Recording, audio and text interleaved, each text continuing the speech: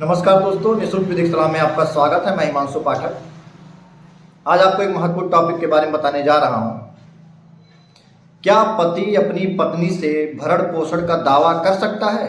कई मित्रों का सवाल था, तो आपको मैं बता दूं, हिंदू विवाह अधिनियम 1955 के तहत पति को अपनी पत्नियों से भरण पोषण का दावा करने का अधिकार प्रदान किया गया है।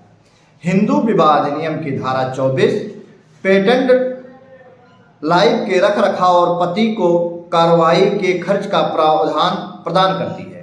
धारा 25 पति को अस्थायी गुजारा भत्ता और भरण पोषण पाने का अधिकार प्रदान करती है।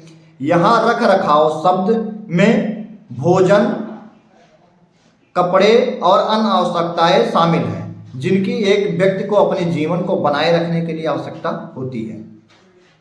इसी क्रम में आपको बताते चलें, धारा 24 के तहत एक योग्य व्यक्ति जिसके पास अपने रहने और समर्थन के लिए पर्याप्त स्वतंत्र आय नहीं है और कार्रवाई के लिए आवश्यक खर्च नहीं है, वह अपनी पत्नी से भरण पोषण का दावा कर सकता है यदि उसकी पत्नी ऐसा कर पाने में सक्षम हो।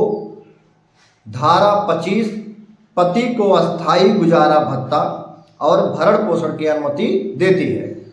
यह पत्नी की आय और संपत्ति को ध्यान में रखते हुए पति के जीवन काल के लिए ऐसी सकल राशि या मासिक या आवधिक राशि का भुगतान करने के लिए बाध्य है। यदि परिस्थितियों में कोई परिवर्तन पाया जाता है तो न्यायालय आदेश को संशोधित कर सकता है। उदाहरण के लिए, आपसी सहमति से तलाक के मामले में यदि पक्ष भरण पोषण का दावा नहीं करने के लिए सहमत होते हैं तो अदालत मामले की परिस्थितियों और तथ्यों के अनुसार भरण पोषण प्रदान कर सकती है।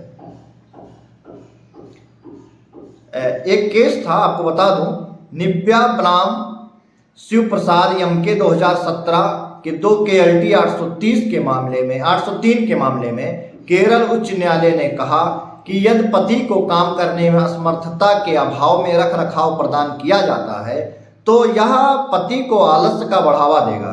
पति को यह साबित करना होगा कि वह काम करने में और कमाने के लिए अस्थायी रूप से असक्षम है, यानी काम नहीं कर सकता है, तभी वह मेंटेनेंस क्लेम कर सकता है।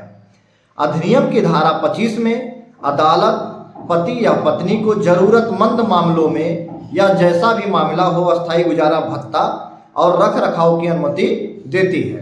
अदालत प्रतिवादी को आवेदक को ऐसी सकल राशि या मासिक राशि या आवधिक राशि का भुगतान करने का निर्देश दे सकती है जो आवेदक के जीवन काल से अधिक ना हो। इसी क्रम में आपको बताते चलें, रख रखाव का फैसला करते समय अदालत को प्रतिवादी और आवेदक की आय और अन्य संपत्ति को ध्यान में रखना चाहिए। यदि आदेश पारित होने के बाद किसी भी समय किसी भी पक्ष की परिस्थितियों में बदलाव आता है